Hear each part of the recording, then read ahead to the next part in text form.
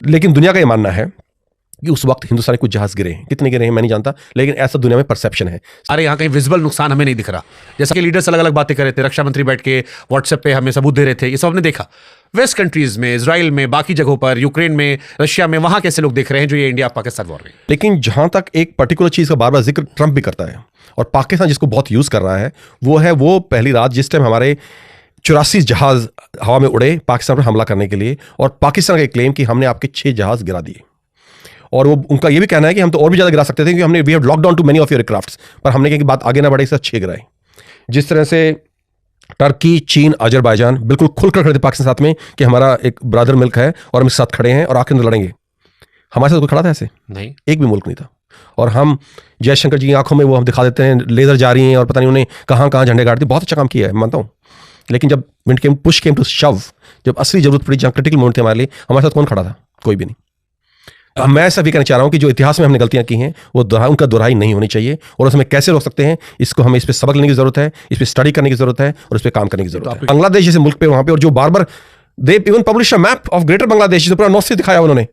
बोलते हैं जो तुम्हारी चिकन नेक है, ये सिलीगुड़ी कॉरिडोर, इसको हम कभी भी काट सकते हैं, चाइना के हम बेसिस लेके आएंगे यहाँ पे। अरे भाई, आप खतरा क्यों बढ़ने दे रहे हैं? ऑपरेशन सिंदूर हुआ था, इसको बाहर कैसे लोग देखे? जैसे इंडिया में हमारा एक परसेप्शन है कि हमने घर में घुस के मारा उनको, हमने मसूद अजहर के इलाकों को ठोका, पाकिस्तान को चढ़ के किया। हमारे यहाँ कहीं विजिबल नुकसान हमें नहीं दिख रहा।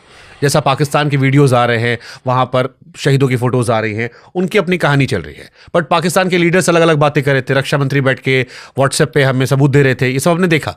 वेस्ट कंट्रीज में, इजराइल में, बाकी जगहों पर, यूक्रेन में, रशिया में, वहां कैसे लोग देख रहे हैं जो ये इंडिया पाकिस्तान वॉर में।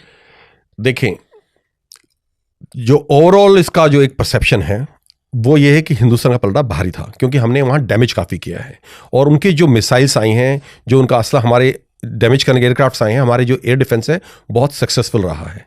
लेकिन जहाँ तक एक पर्टिकुलर चीज़ का बार बार जिक्र ट्रंप भी करता है और पाकिस्तान जिसको बहुत यूज़ कर रहा है, वो पहली रात जिस टाइम हमारे 84 जहाज हवा में उड़े पाकिस्तान पर हमला करने के लिए, और पाकिस्तान का क्लेम कि हमने आपके 6 जहाज गिरा दिए। और वो उनका ये भी कहना है कि हम तो और भी ज़्यादा गिरा सकते थे क्योंकि हमने we have lock down too many of your aircrafts, पर हमने कहा कि बात आगे ना बढ़े, इससे 6 गिराए। अब ये 6 जहाज गिरे हैं नहीं गिरे हैं, जिसको हमने डिनाई किया है। ट्रंप बार बार इसको बोल रहा है। क्यों बोल रहा है? उसका एक हमें छेड़ने का भी उसका मकसद था कि भाई हम हिंदुस्तान को टैरिफ लगाया है, थोड़ा वो हमें, एक उनका F-16 भी उनके पास है, तो उसको उसकी मार्केटिंग वो भी एक है। और कि जो है हिंदुस्तानी एयरक्राफ्ट जो रफेल और खरीदे में जो भी हैं, ये इतने सक्सेसफुल नहीं हो पाए हैं।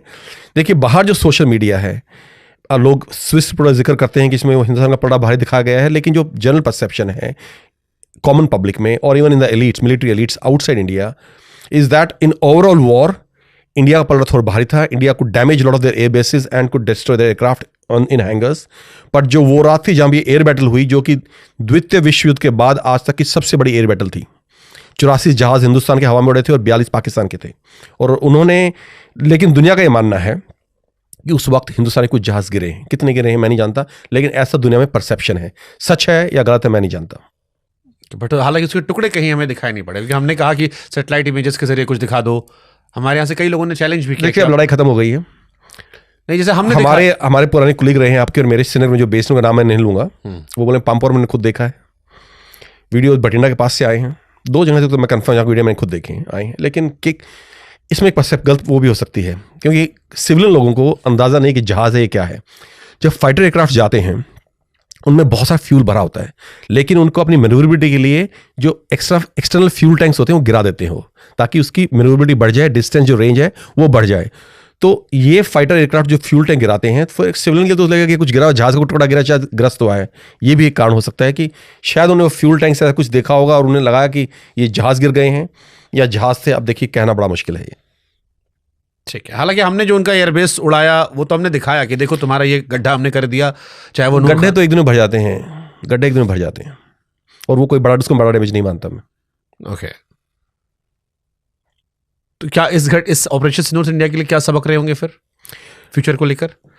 वो देखिए, अब इसके बहुत इसकी डिटेल स्टडी करनी पड़ेगी।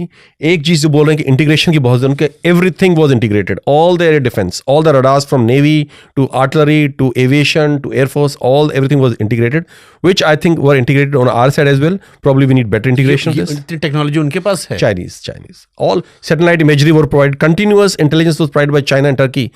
देखिए, एक जो बड़ी चीज लड़ाई में सामने आई है हम बिल्कुल अकेले थे इस लड़ाई में। आपने ऑब्जर्व किया ये, जिस तरह से टर्की, चीन, अजरबैजान बिल्कुल खुलकर खड़े थे पाकिस्तान साथ में कि हमारा एक ब्रदर मिल्क है और हम इसके साथ खड़े हैं और आखिर में लड़ेंगे। हमारे साथ कोई खड़ा था ऐसे? नहीं, एक भी मुल्क नहीं था। और हम जयशंकर जी की आंखों में वो हम दिखा देते हैं लेजर जा रही हैं और पता नहीं उन्हें कहाँ कहाँ झंडे गाड़ दिए। बहुत अच्छा काम किया है, मानता हूँ। लेकिन जब पुश केम टू शव, जब असली जरूरत पड़ी, जहाँ क्रिटिकल मोमेंट थे हमारे लिए, हमारे साथ कौन खड़ा था? कोई भी नहीं। तो ये हमें सोचने की जरूरत है। हमारे साथ हमेशा से एक रूस था, तो उसको हमने दूर कर रखा है। देखिए, मैं कारणों में नहीं जाऊंगा, लेकिन ये एंड रिजल्ट ये है। और अगर कल चीन, अमेरिका और ये सब, चीन और पाकिस्तान इकट्ठे हो जाते हैं और टर्की इकट्ठे हो जाते हैं, सऊदी अरेबिया ने तो पैक्ट कर ही लिया है कि अगर पाकिस्तान में लड़ाई होगी तो सऊदी अरेबिया शामिल है, तो हम कहाँ जाएं? किससे लड़ें? बांग्लादेश हमारी वैसे दुश्मनी हो गई है, अभी हम अकेले लड़ेंगे उनसे? हमें इस पर सोचने की ज़रूरत है कि हमारी क्या जो हम नॉन अलाइनमेंट कर रहे हैं, हम किसी से दोस्ती नहीं करेंगे, किसी से दुश्मनी करेंगे, क्या ये सही है? और अगर कैसी क्रिटिकलिटी आती है, विजयनगर अंपायर जो था, कृष्णदेवराया इतना महान अंपायर था, कैसे तबाह हुआ? सारे दुश्मन जो मुस्लिम थे आसपास, सारे क्योंकि अकेला हिंदू किंगडम था, सारे इकट्ठे हो गए। जो आपस में दुश्मन थे वो भी इकट्ठे हो गए, अकेला लड़ा और सारे इकट्ठे हो गए, तो हार गया, खत्म कर दिया गया, हमेशा के लिए इतिहास के पन्नों से मिटा दिया गया। आप मतलब आपकी मैं ऐसा भी कहना चाह रहा हूं कि जो इतिहास में हमने गलतियां की हैं वो उनका दोहराई नहीं होनी चाहिए, और उसमें कैसे रोक सकते हैं, इसको हमें इस पर सबक लेने की जरूरत है, इस पर स्टडी करने की जरूरत है और इस पर काम करने की जरूरत है। आप एक फौजी भी रहे हो, एक जर्नलिस्ट भी रहे हो, इंडिया की foreign policy up to mark नहीं है। मैं ये नहीं कहूँगा, बहुत अच्छे फॉरेन मिनिस्टर हैं, इन्होंने बहुत, जैसे हमेशा यूनाइटेड नेशन जनरल असेंबली है या कई और मुद्दों पे हमें बहुत सपोर्ट मिला है, और न्यूट्रलिटी कहीं ना कहीं हमें कुछ हद तक हमें कामयाब भी आई है। लेकिन क्या जो क्रिटिकल मोमेंट होगा, देखिए अंत में क्या, जब आपके एग्जिस्टेंस की बात आ जाएगी, एग्जिस्टेंस खतरे में है कि हमें खत्म कर देंगे सारे ये मुस्लिम दुश्मन मुल्क मिलके, उससे हमें बचाने कोई अगर नहीं आएगा, तो क्या हमारी न्यूट्रलिटी ठीक पॉलिसी थी? ये हमें सोचना है। और ऐसी हालत में हमें क्या करना है फ्यूचर के लिए, कैसे हमें अपने को प्रिपेयर करना है। सिर्फ हमारी अकेली ताकत काम नहीं आएगी। चीन जैसे हम ट्रेड डील करें, हमने ईयू के साथ डील की, हमने अमेरिका के साथ डील की, तो वो कह रहे हैं कि हम अपना देश की ग्रोथ पे ध्यान दे रहे हैं, बाकी जो है वो आपस में लड़ मर रहे हैं अभी। मिश्रा जी, जब अंग्रेज हिंदुस्तान में थे, यहाँ पे जब उन्होंने कब्जा किया, मैं सिर्फ आज से 200 साल की बात कर रहा हूँ, एज पर वन एस्टिमेट हम दुनिया का 25% जीडीपी प्रोड्यूस करते थे। 25% जीडीपी ऑफ द वर्ल्ड, जो कि आज यूएस भी नहीं करता है। ट्रू। उस टाइम में हमने बड़ा ग्रोथ पे ध्यान दिया हुआ था। और आज से 1500 साल जब हमले शुरू हुए, सोमनाथ को इतना लूटा गया, इतने हमले हुए, तब हम सोने की चिड़िया थे। अब भी हम सोने की चिड़िया बन सकते हैं, तो फिर लूट ली जाएंगे। तो क्या सिर्फ फोकस जीडीपी पे होना चाहिए? सही बात है। जब तक हम अपने को मजबूत नहीं करते और जब तक हम इंटरनल थ्रेट्स को नहीं समझते, एक्सटर्नल थ्रेट्स को एसेस नहीं करते ठीक से, जीडीपी ग्रोथ, सोने की चिड़िया, सब बेमानी है। बिल्कुल सही बात है। क्या विदेशी मीडिया जो है, न्यूयॉर्क टाइम, बीबीसी या और भी जितने बड़े अखबार या पब्लिशर्स हैं, वो इंडिया के खिलाफ एक नैरेटिव बनाते हैं? बिल्कुल बनाते हैं। देखिए, BBC, Al Jazeera, they are Islamist and leftist outlets. I am saying a big thing but it's true. आप उठा के देख लीजिए कोई भी डॉक्यूमेंट्रीज, उनकी न्यूज रिपोर्टिंग देख लीजिए, they are generally anti Hindu, anti India, anti Modi. So there is, as I said, there's no neutral media around the world. And in fact, why we do not ban all these NGOs and in this, why should we have BBC in India? Why should we listen to propaganda from other countries? Why are we not strong enough to say we do not want them? Just ban them. हम हर चीज में डरते हैं कि फिर repercussions क्या होंगे। कुछ रिपरकशंस नहीं होंगे। 2 दिन में सब, हमने पोखरण में हम ये किया परमाणु एक्सप्लोजन, रिपरकशंस हो जाएंगे, बैन लग जाएंगे, क्या हो गया? सब ठीक नॉर्मल हो गया ना, सब नॉर्मल हो जाता है। अमेरिका उठा के लिया है ना president, serving president of a sovereign country, all international order, rule based order, international law सब दर रह गया।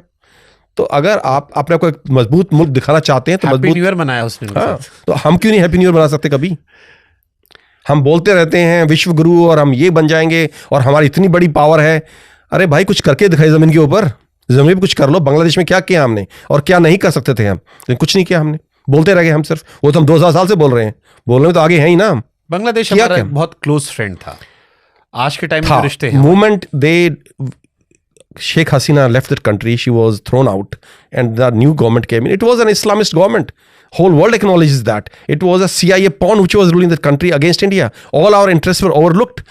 जिस तरह हिंदुओं को वहां जला के मारा गया, पकड़ के घर के घर उठा दिए, खबरें तक नहीं छपी हिंदुस्तान के अंदर आ दूंगी। तो हमारा उसमें कोई वो नहीं। अगर रूस हमला करने का एक प्रिटेक्स्ट ये बोल सकता है कि डोनबास में जो एथनिक रशियंस थे उनके ऊपर जातियां हो रही थी, हम बर्दाश्त नहीं कर सकते।